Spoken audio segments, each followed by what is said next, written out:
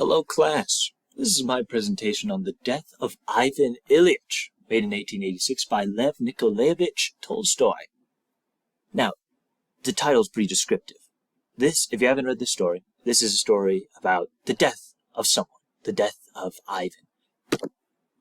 Now, the question that we seek to answer in this presentation is, how does this story portray the innate nature of greed and selfishness in humans? So keep that in the recesses of your mind, think about it, and see if my presentation can't bring anything to light. Now, this story covers a couple of themes. The number one theme, in my opinion, is mortality. The death of Ivan, of course, is about mortality because it's about someone dying. They play with how death kind of affects others, how we avoid the thought of mortality, and what life should really be all about. A secondary theme, but one just as important as the first, is greed and corruption. Of course, Ivan is a greedy person. The people around him are greedy. And it's kind of Ivan's sort of realization that that is wrong and you should live a more selfless life. And now, another, even lesser theme, is the loss of control. As Ivan gets sicker and weaker, he loses control at his job. He was a judge, so there's a lot of power involved there. But since he can't work, he loses respect and power at his job, his career. He loses a lot of his status. He loses control in his family, his social life. He loses it all, really. Even his physical body, he loses control over that. And finally, there's a little bit of religion in this story. As I said earlier, this story kind of plays with the concept of living a selfless life. Furthermore, Tolstoy basically makes it clear that this is a bit of a spiritual disease, like living his life such a greedy and morally wrong way has kind of infected him, and now he's suffering from those consequences. Like we see later in the story that by him having communion and like confessing his sins actually makes him feel a little bit better, which is Tolstoy kind of directly saying there's a bit of a religious undertone to this story. But we're going to be focusing on greed and corruption and a little bit of mortality. Let's get right into it. Chapter 1, Bad People, Bad Funeral. Now, the story begins at the end with Ivan dead and people are at his funeral or reception, or I'm not sure. But everyone there, Tolstoy kind of plays with people's own narratives in their head. Everyone there is thinking of how there's like a new career opportunities for people. With Ivan now dead, there's a new spot for promotion or transfer and so on and so on. Even Ivan's wife, who is now a widow, isn't even grieving for Ivan. She's got this long scripted reply, which she talks to Peter about, trying to get more money out of her husband's death. Now, there's a lot of characters in here. There's Lisa. She shows up for a little bit. There's Gerasim, who we'll talk about later. But overall, it almost seemed like Ivan didn't really have any real friends at this story, which kind of leads the reader to think this Ivan guy was either really stupid or just a bad person. Like, people are more interested in playing some card game, whist, than actually attending his funeral. Peter, who considered himself like Ivan's closest friend, he couldn't even be bothered to look at Ivan's casket. He rushed out of there just to go distract himself by playing whist with Schwartz and his other co-workers and supposedly friends. Which kind of goes into this quote here. I've got, everyone thought, well, he's dead, but I'm alive. Now, this should have been a stark reminder for everyone that Ivan could have been any one of them. They could have died exactly the same way, just as suddenly and as strangely. But everyone kind of chose to ignore that fact, just continuing to live in their little delusions. This concept is played with a lot throughout this story. Now, what about Ivan? We've looked at his co-workers and friends, but did Ivan really deserve to be this, I guess, not cared about? No one really cared for him whatsoever. Now, Ivan, this is from chapter 2, Ivan is described as being blindly influenced by those of high social standings. Ivan realized that he was doing wrong things, like he was getting with prostitutes, he was having affairs, he was doing a lot of other morally corrupt things, and he saw that being done by those who he looked up to, his superiors, and that affected him in a way. It kind of made him want to be something he was not. He was a very career-focused individual. He really cared about social standings and how much power and control he had in relation to others. He actually, there's an excerpt where he basically, him and his family refused to talk to anyone whom he deemed as like lesser people, lesser status. Another factor that kind of plays a role is Ivan himself. He basically removed empathy from his job as a judge and partially his own life. He didn't really care for his family. Actually, let me get to the next slide. Ivan's family dynamic. Ivan didn't really care for his family whatsoever. He married his wife just because he felt everyone else was doing it, so should I. And his wife actually kind of has similar values as him. She's very self-oriented. She's easily annoyed. She actually ends up blaming Ivan for a lot of her troubles. This was before Ivan really got sick, but they did a lot of arguing. Ivan actually avoided contact with his family a lot because it just provided him discomfort, and he didn't like it. So he just avoided it, focused on his career, where he actually had power and such. Ivan's oldest daughter, Lisa, she actually inherited a lot of her mother's traits, and in turn her father, since they were actually very similar. Lisa was, as we see throughout the story, very selfish. She actually was annoyed when Ivan started getting sick because it's just like, you were no fun to be around. She said something like that, and they actually ended up blaming Ivan for a while, saying like, you are making yourself sick. Stuff like that. That's in chapter 5.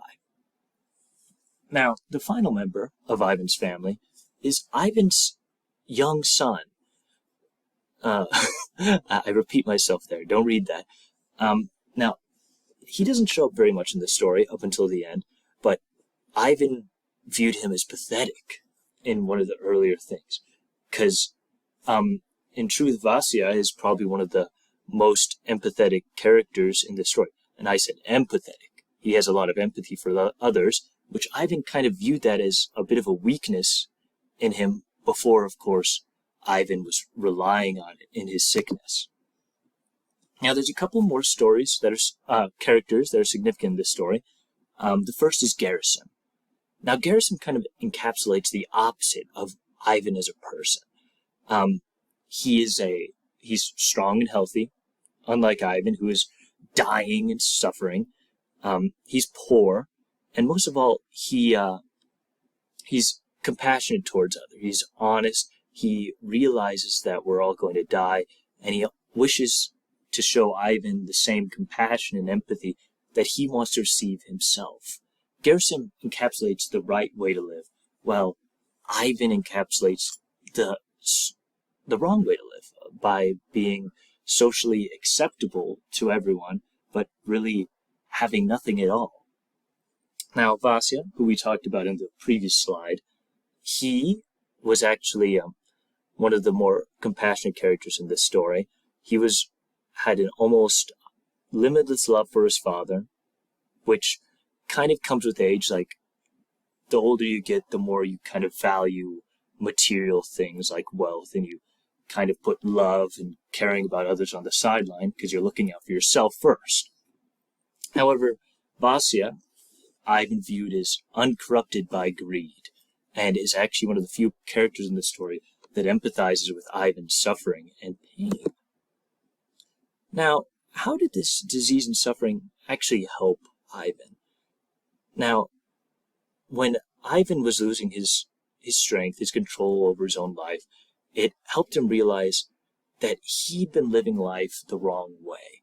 He'd been seeking out people's approval who don't really care about him. He was seeking out wealth. He was really seeking to just copy everyone and be accepted for just being rich, stuff like that. Another kind of key point, which Ivan learned, was unpleasantness and discomfort are a part of life. Ivan realized, just after a couple months of excruciating pain and suffering, that life is kind of like he spent a lot of his life trying to avoid unpleasantness and discomfort. That's why he kind of avoided his family dynamic by going to work.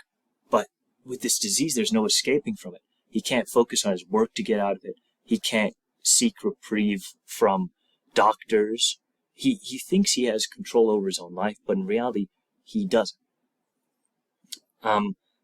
Furthermore, he kind of realized by the end of the story that he had been living life wrong. He'd been focusing on material worldly things, when in reality he realized that it was love and compassion for others, which he should have been kind of dedicating his life to.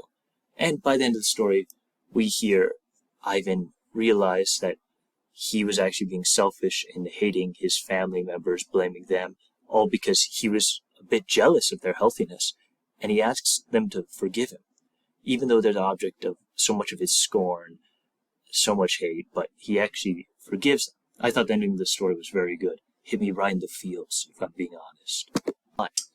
Now, what kind of lessons can be learned from this story? And also the answer to the question previously stated, what can the story tell you about the innate nature of human selfishness and greed? Tolstoy kind of warns through this story the almost corroding nature of greed, how it can cloud someone's morality and almost replace happiness. Not replace. It can make you think that physical and social status replace happiness. Like if you see yourself, your paycheck's getting bigger. You're meeting more powerful people. It makes you think that you're actually happy, when in reality, you're just getting more. You're getting more things that don't really matter. This is truly encapsulated by Gerasim, who is the opposite of Ivan, with him having very little, only enough for him and his many kids. This is encapsulated by him because he has very little. He's low in social status in his eyes. Ivan would never have talked to him unless he had gone sick. But Gerasim is probably the most happy person in this story. Which leads us to my first point. Do not let others dictate how you should live. Ivan, during the last 3 chapters where he's contemplating, maybe I have lived my life wrong, Ivan thinks back to his childhood, the last time when he was happy. And he realizes that in those years, he was living life how he wanted to live, instead of basing it off of how others viewed him and how he should live based off others' eyes. However, there's another underlying point. Now I gotta rush this. I'm almost out of time. People are naturally selfish. It is apparent that everyone in this story thinks of himself first. However, it's when that selfishness kind of takes over and is the defining thing in your mind, and all you can think about is how I can gain from someone else's benefits or loss. That is when it really becomes corrupting. Another one, treat others with the same empathy as you would hope to receive. Gerasim encapsulates that by taking care of Ivan, going many sleepless nights, just to help his friend. Maybe just they respect each other. 'Tis God's will, as he said. And just be loving and kind to those around you. In the end, it's not so much how wealthy or powerful you end up at the end of your life. It's really how much you loved others and how much others loved you that define a person's life. A bit of a Hallmark ending, very cute, very Disney movie, I guess. Got Citizen Kane there because Rosebud. If you've seen the movie. Well, that's the end. Don't really have much more to say. Remember, Willy Wonka, if you are not greedy, you will go far. Here's my references. Yep. I hope you all will have an excellent day. Goodbye.